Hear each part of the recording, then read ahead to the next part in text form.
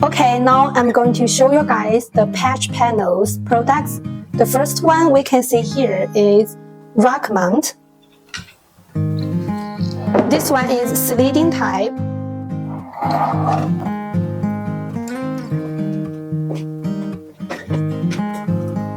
Here we can see it's rotate type.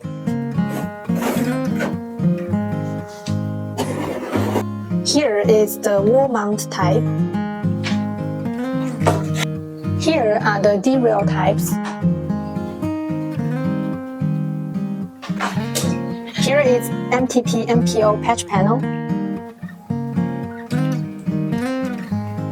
All the products can be OEM from 12 to 288 fibers, ports with SC, LC, ST, FC connectors, can be full loaded with pigtails or PLC splitters.